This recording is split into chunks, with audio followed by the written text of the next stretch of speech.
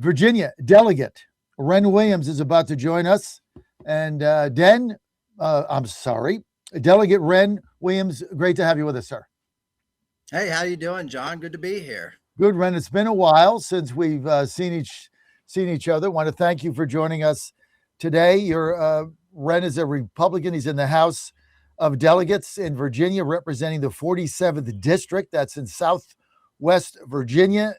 In 2020, during that campaign, he traveled the country helping the RNC and President Trump fight for election integrity in the courtroom. So he knows a little bit about some of the scams going on. Before we get to some of the issues and your legislation, one of my favorite topics, which is safer supervision, I want to get to this gerrymandering in Virginia. I want to get to the rigged maps. Our bus tour launches on Saturday. We're going to be with John McGuire and Governor Youngkin kicking it off in I think in Louisa County, I believe. So we're going to be there on Saturday at 9 a.m. More information, go to magabusstour.com, magabusstour.com. We're going to be barnstorming Virginia, going in the areas to get our vote. And Wren, I'm doing this because Ann and I sanctioned a poll from the Heritage Foundation Action before we did this, and found out, much to our surprise, that this thing is now winnable, where a month ago, I thought we'd go down 60-40. I didn't even think there was a shot. Now we're finding out 25% of Democrats are voting no. We've got a number of unsure that if they're unsure now after Hakeem Jeffries has spent $50 million not move the needle, I think they're going to vote no. 25% of Republicans are voting in favor of it. Wren, because they don't even understand it. I think we can flip those. And I actually think, Wren, we got a 50-50 chance to defeat this April 21st. Early voting starts now. What have you seen out there? Yeah, I absolutely agree. And I believe that the big issue that I've seen is how overreaching the Democrats are with this amendment language, the restore fairness. It's shocking when you read the ballot language for the first time. And then I don't know if you've noticed, but it's gone from restore fairness to level the playing field. And their most recent one is don't guess, vote yes. So, John, they just want to make sure that you do what they tell you to do. Well, that's it. I mean, when they say don't guess, vote yes, basically, this is what the Democrats want. They want to tell you what to do, and they want all their people to follow. 25% in our poll, which was a clean poll. This was not a push poll. We did this poll to determine whether or not we ought to spend 2 weeks there, to be honest, after the debacle we had in 2020, in 2025 with Winsome Sears, where I had polls telling me she was closing within 3 or 4 or 5. She got beat by 17. So we're done with that, Red, right? Nonsense. But I think the more people are looking at these maps and becoming informed, the more difficult it is. And Hakeem Jeffries and the Democrats, when they've spent $52 million, and they've not moved the needle. Why is that? I mean, that's crazy. But when you just pour money into a message that doesn't land, you're just sort of giving away, the game here. I mean, have you seen these commercials? They're like, it's temporary. It's like, guys, like, this is disgusting, and everybody knows it. Just keep pay do or die for them. They've been losing population all across the country, and they need these seats. That's why they're pouring the money in. What do you think about the recent polls out? Spanberger won by 17, Governor Spanberger. She's been in office for 90 days, and she's tanked already in the polls. She's underwater. It's just 90 days. She hasn't even, half the stuff, she hasn't even signed it. Why? I'm from the beginning. She comes in 2019. She says gerrymandering is something that we have to end. It needs to be done through bipartisan support to put that down. And then you go November 2025, and she's like, well, I don't have any play district. And then January 2026, she signs the enabling legislation for the redistricting, gerrymandering constitutional amendment.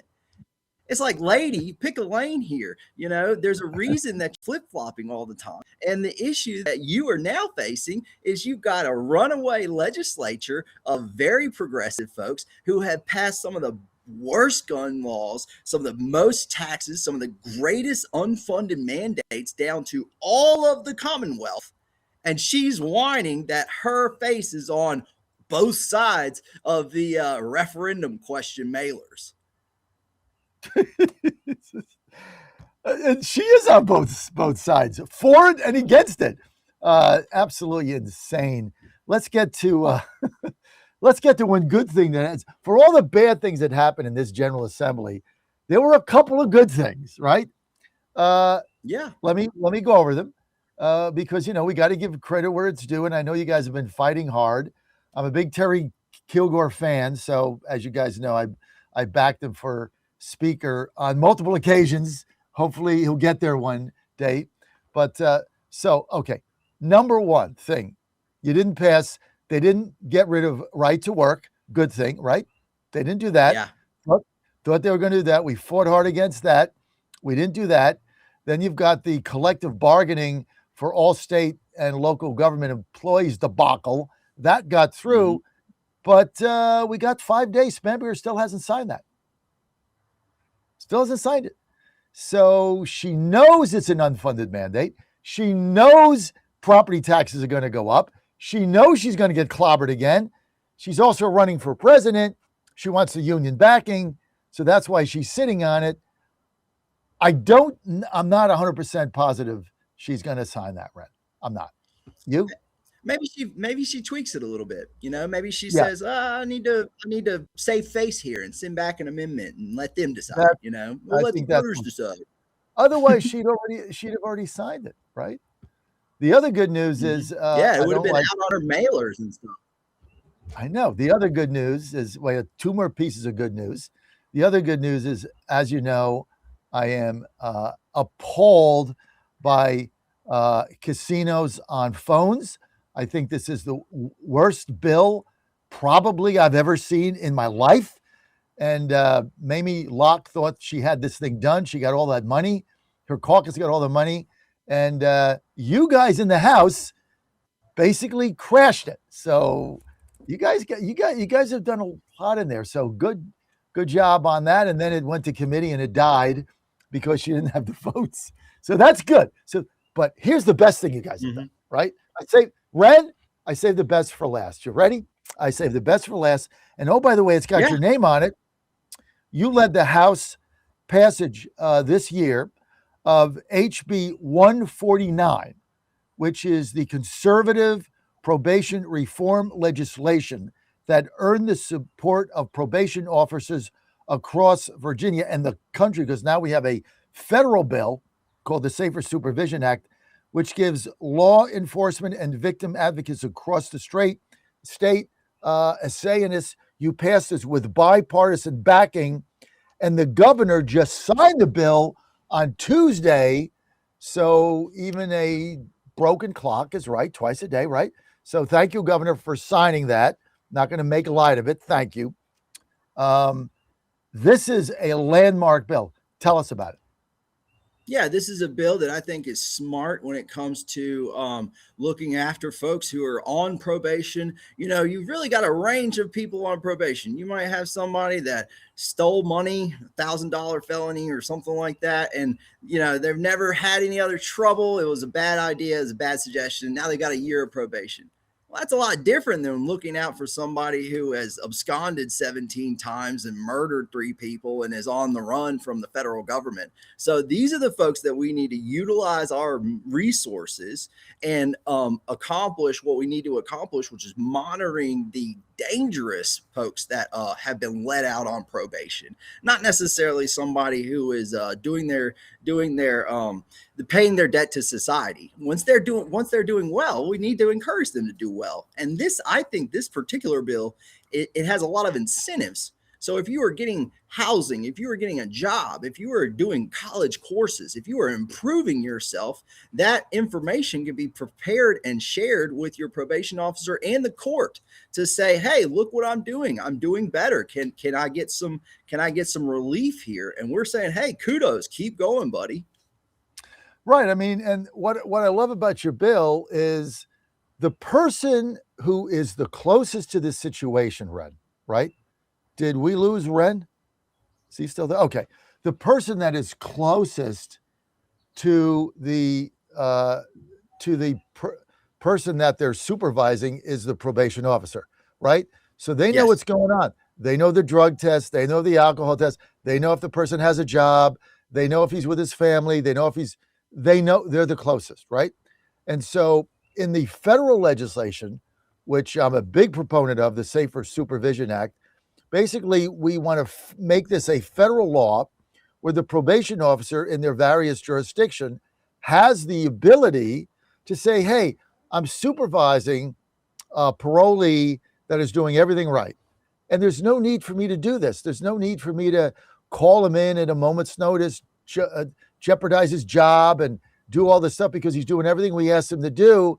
And I'm going to recommend he get off supervision. And then I'm going to send that to either the judge that signed his probation or a different judge, get a second pair of eyes on it. And if that judge signs off, you get two people saying he's good to go or she, and then they're on to something else. How does that not make sense? It makes total sense. I'm a criminal defense attorney, and I've had plenty of clients who go on probation and things like that. And there's an obvious difference between the two. I've had some clients where they call their probation officer every single day, and that's great. But the probation officer is like, hold on now, I got other people to talk to. And in Virginia right now with probation, we actually have like a color code system. So if you are a violent felon that, is not doing what they need to do, failing for drugs, etc., you are color red. But, if you're doing well, you don't necessarily have to come in regularly for a drug test because they know you're out working, you're doing your thing, and that's what we want to see. I mean, it's all the right reasons. I was, as you know, Wren, a huge supporter of in President Trump 1.0 and his First Step Act. I worked on that with Jared. I thought that was one of the best things the president did in his first term because we have to find ways to end our record recidivism of anybody, of any country in the free world, in the developed world. Our recidivism rate is off the charts. There's a lot of reasons behind it. Got the school to prison pipeline. You got other issues that go with it. But we want people, if they've screwed up, got to do their time. I get it. When they get out, we don't want them to go back, right? We want them to be productive citizens. And that's really what the First Step Act enabled. And I think the Safer Supervision Act is the logical following step to that, Wren. Yeah, no, I totally agree. And it totally makes sense that we would utilize our resources on these more important threats to keep our communities safe. It just, I'm sorry, John, it just makes sense. That's all I got to say about it. It just, if we are incentivizing these folks, if they are employed, they are paying their taxes, they're giving back to society. But if they're not employed, if they're just a drain on our whole system, and we don't need that. I want to stop here and just say, like, this is a good approach because it's an approach that says, it's not soft on crime. You got in trouble. You did something wrong. You got punished. Now, let's take a case-by-case assessment and see, what's your criminality level? Do you have like issues that we need to address, or was this a mistake? Let's talk about that. And we figure that out. We work with probation. We work with the court, and we're like, yeah, no, that makes sense. This guy's he's out. He's paid his debt. See, because the key to this, Wren, is, and I have a lot of opponents of this because they don't understand it. And they're telling me, well, it's soft on crime. And I'm like, you know what?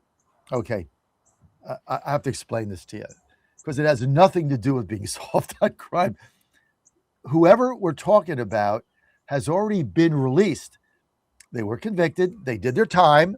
Whatever it is, that judge decided on it, and they were let out. Either a parole board or a judge They were released on supervisory probation. They were released. Our bill has nothing to do with who got released. Zero.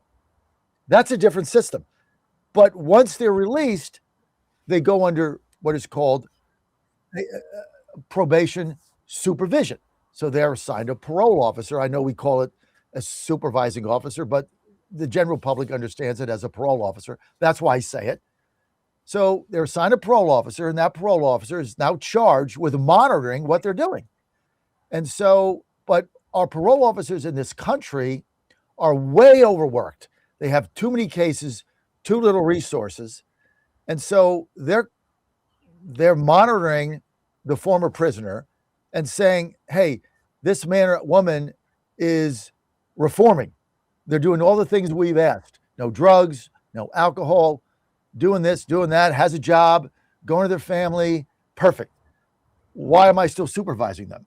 Because what supervision does is if I got a job, I might get a notice at 10:30 a.m. I got to show up at noon or 1 p.m. I got to leave my job. That's not good if I've just started a job. There's other things that go with that. So then it goes in front of a judge, and the judge says, yeah, this man or woman's great. Let's get him off this. And now the probation officer can focus on those that they're supervising that need the supervision. How does that not make sense? Yeah, I mean, it does make sense. It's totally makes sense. And I actually looked up some of the numbers that came with it. And, you know, one of the things that I saw is that like we have 52,000 people on probation in Virginia. That's double our prison population. So, you know, there's got to be just an unworkable, unmanageable caseload on these officers, which is really why they came to us in the first place. I don't know if you remember, the first part of this bill was a work group where we put together a bunch of different parties to the system and say, hey, like, how can we make this jive? And they figured it out. They worked together. There was input from all different spaces, and they said, this is what we should do. And they actually brought that back to us, and we tweaked the bill a little bit to get there for them. And, you know, it passed pretty successfully. I think it was, you know, in the high 80s, 87 to 11. So, you know, good on them. People recognize it. And something else I saw that I thought was really impressive, and I didn't realize this. If you look at what some of the other states have got, other conservative states who have done the same thing. Missouri cut probation population 18% in 3 years, and crime didn't go up. Texas, Florida, and Arkansas all did the same thing. So it's just a conservative, fiscally responsible way to handle probation, post-release supervision. How are we going to deal with that? Let the good guys work their way off of probation. They're out of here. Great. You know, stay out of trouble. Let the bad guys, you know, have to face the consequences. Fail your drug test, you know, 6 months, remove your suspended time. And I also want to remind people that if you are off probation, you can still have that suspended sentence that usually comes with it put back on you if you reoffend. You know, so I mean, it's not a get out of jail free card or anything like that. Pass. Right. It's holding you accountable and giving you the incentive to do the things that we want you to do. And the first incentive is to get off probation, and or to get off the supervision system. And so that's why it makes sense. We're with a Republican House of Delegates member, Wren Williams, Southwest Virginia, District 47. I'm sure our bus tour is going to be making our way down there. It starts on Saturday. Wren will be there 11 days. Wren also a criminal defense attorney, so knows a little bit about crime and criminals and, you know, what they have to do, and certainly wants to do the right thing here, and has been one of our biggest proponents of the Safer Supervision Act. Just got HB what was it, HB 147? What was that? 149 done in Virginia. So we compliment him for that. Wren, a couple other things before I go. I'm going to get to politics in a minute, but you represent a pretty substantial manufacturing area in your district in Southwest Virginia. One of the issues has been labor, right? Labor force. Isn't it true that when you get some of our people that are being supervised off of supervision because they're doing the right things, don't they then increase your labor pool within our manufacturing in Virginia? Absolutely. And I've kind of said that about like Southwest Virginia delegates. You've got me, Terry Kilgore, you've got some of us, Jed Arnold and things like that.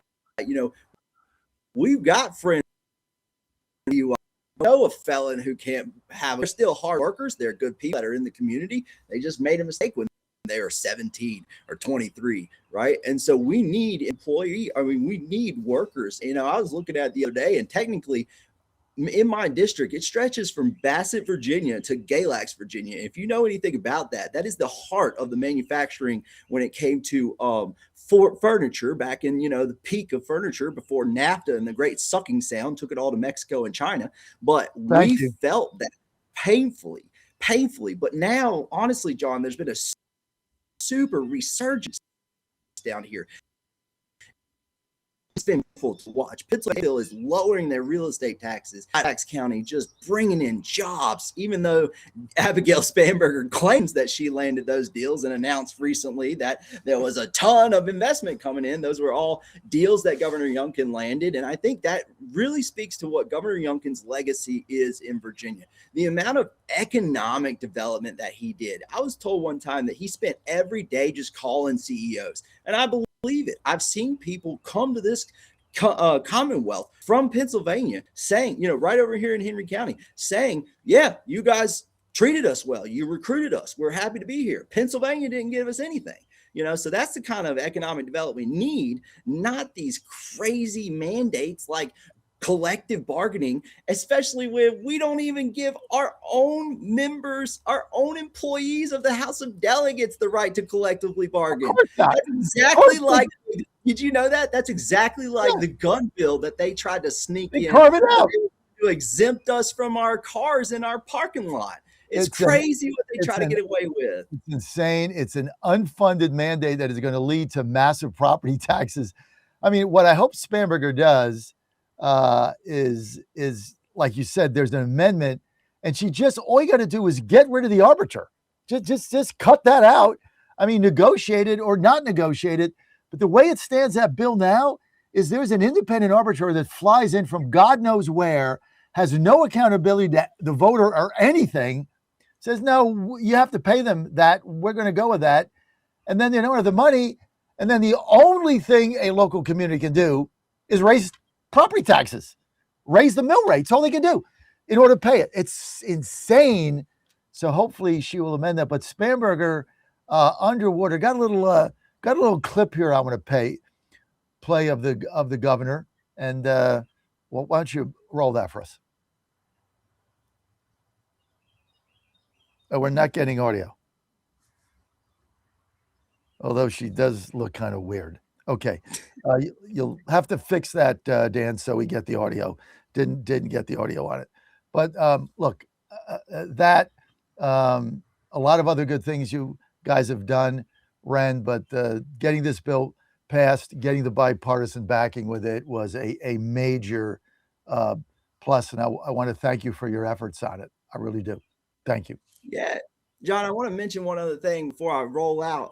I do want to bring up the fact that even with the small caucus this year, we defeated a ton of terrible stuff just by sheer ridicule and shame, being like, you guys cannot possibly pass these taxes on us while you're claiming affordability. Get out of here. And they nuked all those. And that's why they can't get a budget together, because they want to fund all of their programs with tax money that they have not collected. So it's going to be an interesting spring, John.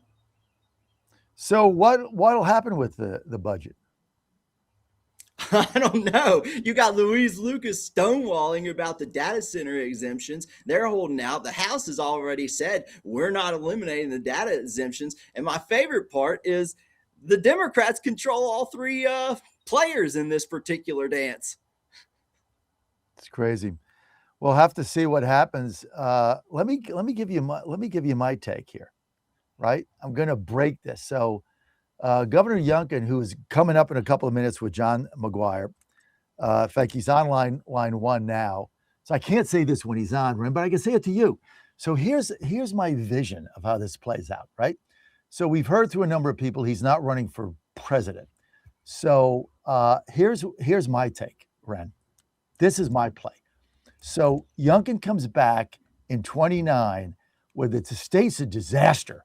It's a catastrophe, right? It's what you're experiencing now. So Glenn comes back in 29, runs for governor because he can do it right without a successive term. He doesn't do the McAuliffe thing because you know what happened there. But we've had one of these in the past. He comes back, runs for governor, wins in a landslide, and then he becomes governor again in 29. See, I think that's the play. And you heard it here, Wren, first. What do you think? I'm fine with it. Certainly better than what we've got now. And he recently said he's not out of the game. He's still got more left tank. And I appreciate him coming out and doing the bus tour. If we can spike Southwest Virginia again and blow it out, we can really give the finger to Fairfax County and tell them to suck off. I mean, can you imagine a Youngkin for governor campaign in 29 where all he has to say is, are you better off than you were 4 years ago? I mean, all he's got to do is pull out the Reagan-Carter thing. Here's what the economy was when I was there, and now here's what it is now. I think he'd win in a landslide. That's just me, though. That's my play. But you heard it. Like, I'm really 8 days, right? We're like 80 days or whatever. The amount of just the amount of content that we have, the taxes, the firearm laws, it's crazy. I mean, just the craziness. January 6th indoctrination, the definition of Islamophobia. Like, they're just making up stuff to virtue signal. Well, great job on passing your bill, HB 149. Super job on that. Great leadership. And for everybody out there, I'm trying to get the federal bill passed. It's right now getting in markup in the Senate, and that is the Safer Supervision Act. For more information, you can go to safersupervision.com to learn more, safersupervision.com to learn more. And this message of Safer Supervision, partially sponsored by the Reform Action Fund. Wren, thank you. I'm going to be calling you up. Make sure we get in your district. And remember my prediction. 4 years. I'm always ahead of the game, Wren. I'm always so far ahead of everybody. As you know, remember my prediction. Youngkin runs for governor in 29, wins in a landslide. I can't wait. It's going to be so much fun. You heard it here first, John. I love it. Okay, Wren. Thanks for being with us.